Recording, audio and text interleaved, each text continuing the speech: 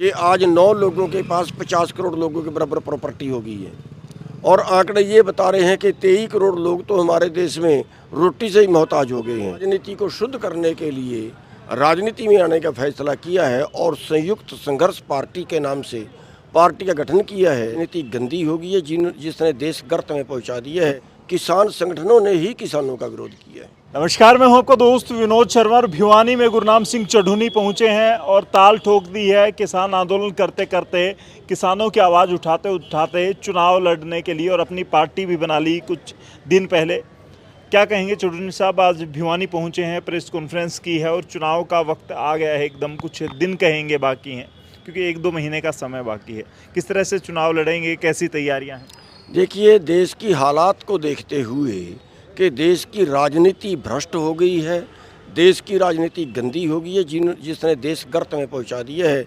लुटेरा और कमेरा 2 वर्ग पैदा हो गए हैं, यानी चंद लोग देश को लूट रहे हैं और पूरी जनता जो है वो कंगाली के कगार पे खड़ी है। तो इसलिए हमने राजनीति को शुद्ध करने के लिए राजनीति में आने का फैसला किया है और संयुक्त संघर्ष पार्टी के नाम से पार्टी का गठन किया है।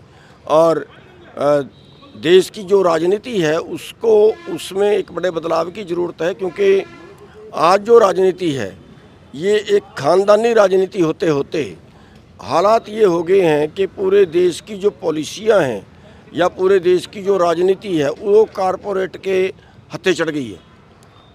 सत्ता पक्ष को भी पैसा देते हैं, विपक्ष को भी पैसा देते हैं। आज आप ये माने कि आधे राज्यसभा के मेंबर कंपनियों के मालिक बन गए हैं।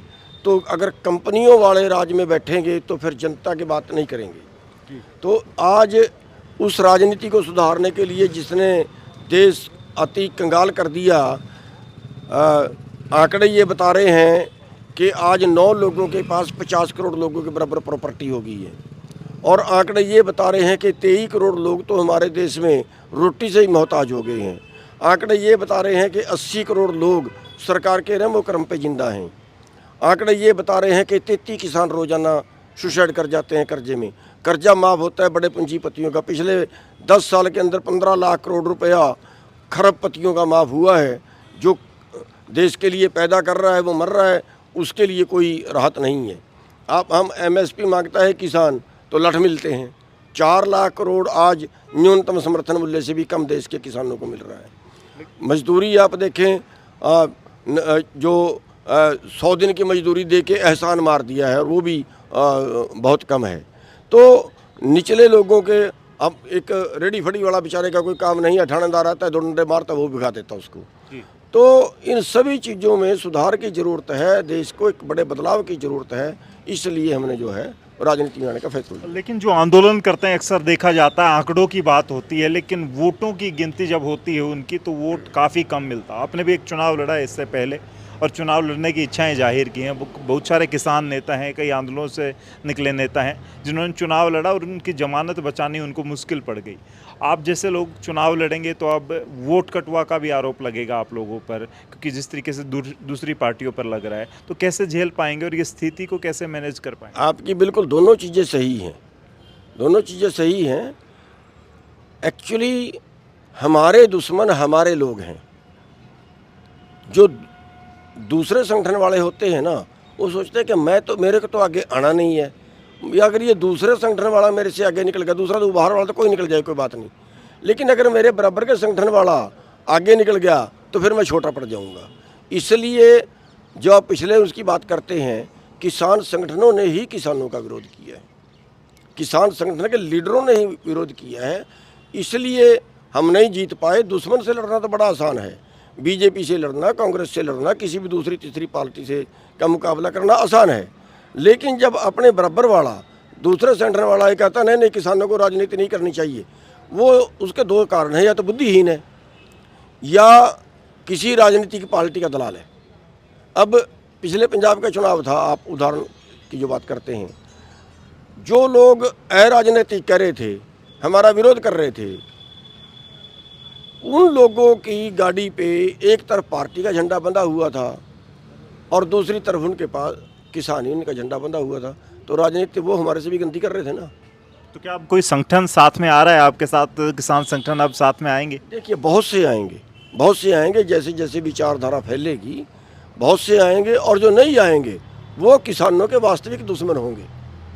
जो ये कहेंगे कि राजनीति नहीं करनी चाहिए, वो वास्तव में ये है कि वो किसान का तबाही का वही कारण है। क्यों? अगर किसान समृद्ध हो गया तो उनकी दुकान बंद होगी। कितनी सीटों पर चुनाव लड़ रहे हैं? इससे पहले भी 2000 इसका बात करें हम 22 का पंजाब के इलेक्शन की बात करें, तब भी वहाँ पर आप लोगों की इच्छा जाहिर की थी आपने चुनाव लड़ने की, लेकिन नहीं लड़ा। अब हरियाणा में भी इच्छाएं जाहिर कर रहे हैं, कितनी सीटों पर सोचा है और ये चुनाव लड़ना क्या आपकी बार डेड श्योर होगा? देखिए, चुनाव अभी हमने आज से ही प्रचार शुरू किया है, और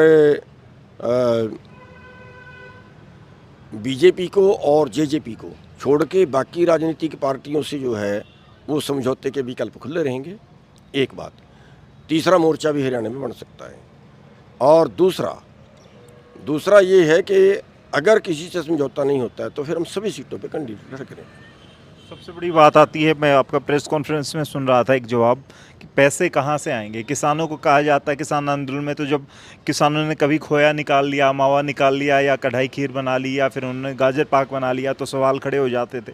अब तो चुनाव लड़ रहे हैं तो अब पैसों की बात आएगी कि बड़ी गाड़ियों में चलना और पैसे खर्च कहाँ से हो रहे हैं, तो उसके लिए क्या कुछ सोचा है? देखिए, हमें मुकाबला करना है, एक डंडे वाला है और तोप वाले से मुकाबला करना है। बड़े बड़े पूंजीपति जो है वो सत्ता में हैं, हज़ारों हज़ार करोड़ के मालिक हैं, और हम खाली हाथ।